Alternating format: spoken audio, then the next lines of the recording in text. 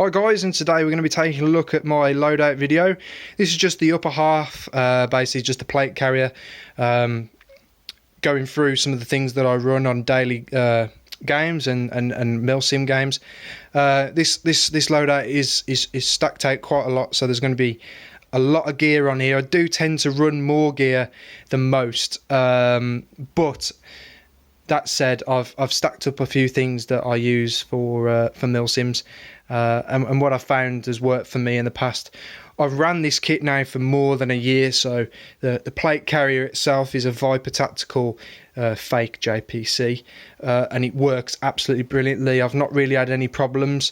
There's a couple of stitching problems, but not like anything major, only a few little things here. But I've ran this now for ages and ages and ages. My main reason for making this video is because what I do is I run multiple different M4 type weapons. As you can see on the left hand side just here, there's a standard M4 mag. This is an SR25 mag and a HK417 mag. I run those particular mags, and obviously it will work for other magazines as well. This loadout in particular is one that I thought I would put out so everyone could see how I run different weapons, and how, if you have one piece of kit, how you can make it adapt to more than one gun. So just going from left to right, first of all, these are just obviously the magazines that I use on a regular basis. Standard M4 mag, these are the standard M4 mags that I use all the time. I use Tacco pouches on the front here. These ones are built in, but these ones here, these are Tacco pouches here. I also have two more on my belt, so that's a five magazines I can carry in Tacco pouches. So that means that any bigger mags, obviously they won't fit in this little bit here, but this will push flat, and I can run 3 across my chest and 2 on my waist, which is absolutely brilliant. Magazine capacity is pretty much endless when it comes to these pouches. These are absolute brilliant pieces of kit. As you can see, SR25 mag fits perfect. This one will be a bit difficult one-handed. We'll give it a go. So it will fit, obviously. You know, it's sat nice and neatly. Sometimes what I will do is I'll get rid of one of these pouches and put it on the side where these pistol pouches are, for ease of use. Sometimes it can get a bit jammed up on the front, but most of the SR25s don't have the issue really. The HK417 is the next big build that I'm going to be going through on this channel. So once I get to that one, I'll be able to try and adapt this kit further if I need to, and I'll do a video on that if I really have to. Change a lot of things. I don't think I will anyway. So anyway, continuing from the left, this is a just a standard standard pouch really that Velcro's on. It's just a very cheap pouch. Normally I carry snacks and things like that if I go to a Milsim. The reason why it's not on the kit is because it's not something that I run on a regular basis. So it stays at home, or it'll stay in the bag. It normally carries different things like, I'll actually open it up and show you. There's normally a speed loader in here. There's some like makeup wipes, like the military face wipes.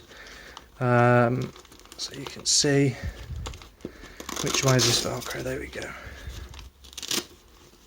So on here, just got a poncho just in case. Blue poncho, not very tactical, but military wipes. Some BBs, these are 3.2s from my DMR. And then also carry just a few tools. This tool is absolute godsend. If anyone needs one of these tools, I'll link it in the description. This is for pistol mags that leak. Perfect piece of kit. Just this will really save your life if you ever have a leaky mag. So going on from there, really, when I run it at the Milsim, this will be on this side here, and there's like a Velcro pouch mounting thing there that sticks to that when there's no patches on there. At the moment there's just odd patches that I've put on there. On the other side there is a dump pouch. At the moment it's holding an Earmor thing. I'll get to that in a moment. And then I've obviously got pistol pouches here, but now I actually run my pistol mags on my my hips. So these are now speed loaders, if in case I need them. Then I run 2 pouches on the front here. These are for smoke grenades and TMRs. I only have 1 TMR with a multi-shot base, but if I was to run 2, they would fit in there nice and neatly. Then I have smoke grenades, obviously 2 there and 2 there. If I need to carry anything else, this is a dangler pouch. All these pouches here, this one, and this one, were made by Bulldog Airsoft. They are a brilliant company, pretty cheap. You can get them off eBay, and they've got like a mass amount of different pouches, and I've bought tons and tons of pouches off them before.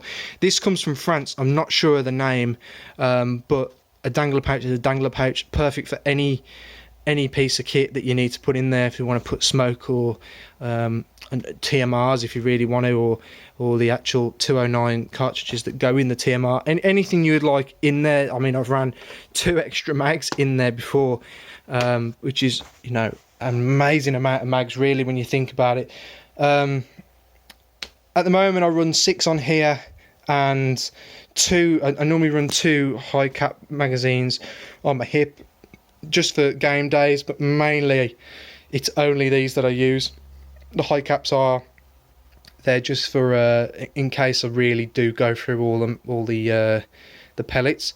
A couple of patches. This patch very important for me. These are the guys who I play with at Stormforce Airsoft. Great set of guys. Show them some love. Follow them on Twitter and Facebook. Brilliant set of lads. And if you are down in Rugeley, Stormforce area, then give us a shout. You'll know us from these patches here. Or if you are going to Gangster City, these guys are the guys that I go with. This is the patch from last time. They're doing a different event very soon. I'll do a review actually on that event. It was absolutely brilliant. And if anyone wants to get into a milsim that's not too serious, then this one here is absolutely an absolute laugh in the UK. Right, moving on. So we have on this side here, I have a radio pouch. This also comes from Bulldog Airsoft. I've had this ages and ages and ages. What I tend to do for milsims, this isn't for game days, but for milsims I tend to run 2 radios. The guys that I run with, they only use these cheap radios. They all want to change to Baofeng, but these cheap radios, if you're just into a squad and you're not wanting to pay too much money, these are really, really cheap. Only cost you about £20, you know, maybe $30 at the push. So that one will either go there or in the back. And then I also run a Baofeng. This aerial at the back here is a Baofeng, and I run that on the back of this plate carrier just there. And that one's more sort of dedicated to this one here, so this will actually be run back to there. But because I didn't really run comms last time I played on a like a standard walk-on event, that's why it's sat like that, to be fair. What else do we have? On the back here is a Viper hydration carrier, which houses my tank, which is perfectly fine. If you guys are looking for one of these, just go on eBay or go down to JD Airsoft. They hold all the Viper stuff down in JD, and they're not very expensive either. They're probably dual purpose, being the fact that you can use them for a hydro carrier. So I also use a hydro carrier, and mainly I only use this for milsims, but there's a pipe that comes off down to here, and then my hose, my amps line comes down to here. Use the ballistic regulator, cheap regulator, but does everything that you need it to. And I use a 48 cubic inch tank in the back, so more than enough. And then if I really need to, I can also run, I've got a really, really small tank that I can run for my DMR, and that runs out of a pouch that's on my belt, which I'll show you in another video. Obviously you've got a speaker mic there, it runs down, that's that wire that I was showing you. 2-point sling, very important for me personally. People that run a 1-point sling, I don't know how you do it, but it's not. I'm not hating on 1-point slings. It's just 2-point slings are so much more comfortable. Definitely for longer events, and if you do play in, I've definitely played at some events before where, you know, they'll get you in and then get you out and send you straight back out again. You know, you just got to load up and go. You could leave your gun slung across your shoulders, and you wouldn't really feel the problem. Really, you could just load up your magazines and go back out if you really had to. And then lastly, really, is these two pieces. This here holds my gloves. These are really cheap off eBay. If if you've ever found something like them, just click one of those on there and you can hang your gloves on. You'll never lose your gloves. Well, most of the time you wouldn't lose your gloves. And then one of my other things that I have here is a really thin gum shield, and these are absolutely brilliant. They're a bit expensive. They're about £25 to £30. Again, off eBay, if you type in ultra thin gum shield, they'll come up with that. Brilliant piece of kit. Never had a problem with it. Just make sure you clean it on a regular. It tends to get gunked up quite a lot. So just make sure you clean them. They do have a lot of holes in, you see, and they tend to get clogged up with a load of gunk and nastiness. And just keep it clean, guys. That's probably the best thing I can say. And then lastly is my headset. This PTT. What I will do is I'll run off one of these here and I'll attach around this part here.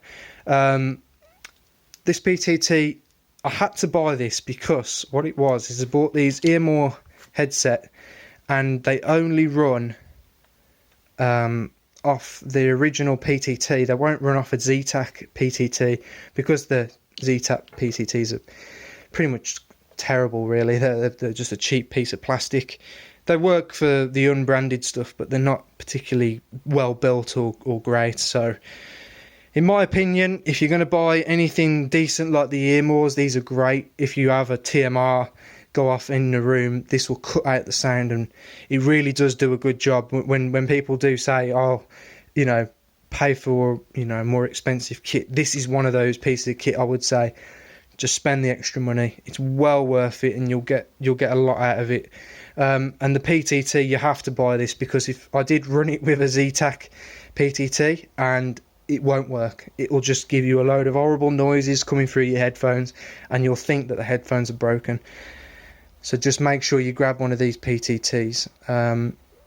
Really worth it. The only other ones that do work, I believe, are actual proper military grade ones, but most of the people doing Airsoft, just buy the package that comes together. They are quite expensive, but really it's probably one of the most expensive things I bought gear wise, and they've been my favourite piece of kit that I still own today. So very important, make sure you get these two together. And then that's really much it, guys. So if you have any questions or anything, just give it a shout down in the comments below. And I'd love to hear what you guys run. If you've got any pictures or anything, don't hesitate to drop them in the comments below if you can. If not, head me up on Instagram. I'll drop the description of my Instagram name and everything down in the below in the comments. So if you do want to have a further chat to me, head over to there. Other than that, guys, there's going to be another video coming up very soon. I'm going to be featuring not my battle belt, but basically my belt that I do run for normal days and everything like that. So yeah, keep an eye out for that. Anyway, guys, it's been a great one. Cheers, bye.